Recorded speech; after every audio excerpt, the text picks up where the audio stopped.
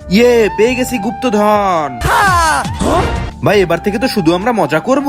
হ্যাঁ ভাই চল আমরা বাড়ি চল। কিরে ভাই কাহিনী কি, চল শুনে দেখি। ভাই তোমরা পুকুরের ভিতরে গুপ্তধন কিভাবে পেলে? আমাদের ওই পুকুরের জলপাটা দিয়েছে, আমরাও নিতে চাই। জলপাটাকে বলো। চল ভাই।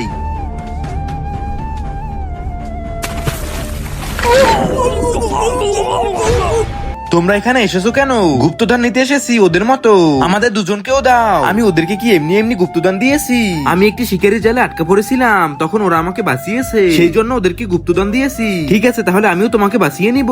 তুমি আবার গিয়ে জেলেদের কাছে ধরা দাও, আর আমি সেখান থেকে তোমাকে ছাড়িয়ে নিব। আব্বে শালা এখান থেকে ভাগ। আরে ভাই এখন কি করবি? এই জলপাটাকে সাহায্য করব, কিন্তু ও তো বিপদের মধ্যেই নেই। বিপদে নেই তো কি হয়েছে?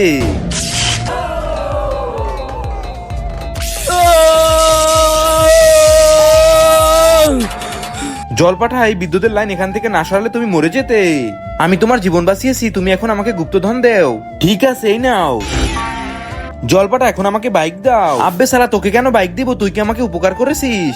ভাই আমাকে তো বাইক দিল না, তাহলে তুইও একে আমার মতো বিপদে ফেল এবং সাহায্য করে তার থেকে বাইক নিয়ে নে। হ্যাঁ ঠিক বলেছিস। তার আগে তুমি যদি এই শয়তানের ছবিটিকে ঘৃণা করো এবং তুমি যদি এই ছবিটিকে মন থেকে ভালোবাসো, তাহলে ভিডিওতে লাইক দিয়ে চ্যানেলটি সাবস্ক্রাইব করে দিবা। আর যদি লাইক সাবস্ক্রাইব না করো, তাহলে আমি ভেবে নিব তুমি শয়তানকেই ভালোবাসো। আর আমি আশা করি তুমি লাইক সাবস্ক্রাইব করে দিছো। আরে ভাই পানির ভিতরে এটা কি দিলি? এখনই টের পাবে। আহ আহ আহ আমাকে কেউ সাহায্য করো। জলপাঠায় পুকুরে যেন কে বিষ মিশিয়ে দিয়েছে, এইটা খেয়ে নাও তুমি। কিন্তু এটার ভিতরে কি আছে? এটার ভিতরে গরুর গোবর আছে, আর এটা খেলে তুমি বমি করবে এবং পেটের ভিতরে সব বিষ বের হয়ে যাবে আর তুমি বেঁচে যাবে। আমি মরে গেলেও এই গোবর খাবো না। আব্বে শালা এটা তুই কি করেছিস? আমার কি দোষ? আমি তো শুধু গোবর এনেছি। আব্বে শালা গোবর কি কেউ খায়?